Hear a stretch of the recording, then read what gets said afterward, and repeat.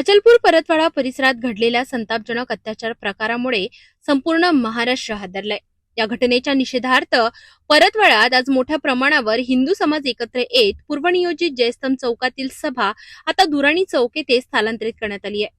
सायंकाळी 5 वाजता विराट जनसभेला सुरुवात होणार आहे। या सभेला राज्याचे मंत्री नितेश राणे, राष्ट्रीय महिला आयोगाच्या अध्यक्षा विजया रहाटकर, श्रीराम सेनेचे अध्यक्ष सागर बेग आणि मीरा कळंबे यांचे प्रमुख मार्गदर्शन लाभणार आहे।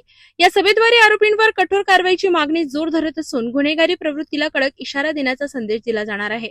सभेच्या ठिकाणी 9 कन्यांचे पूजन देखील करण्यात येणार आहे, ज्यातून सामाजिक संदेश देण्याचा प्रयत्न केला जाणार आहे। परतवाडा आणि अचलपूर शहरात विविध बैठका घेऊन या सभेची जोरदार तयारी करण्यात आली आहे। महिला, युवक आणि नागरिकांनी मोठ्या संख्येने उपस्थित राहण्याचे आवाहन सकल हिंदू समाजाच्या वतीने करण्यात आले आहे।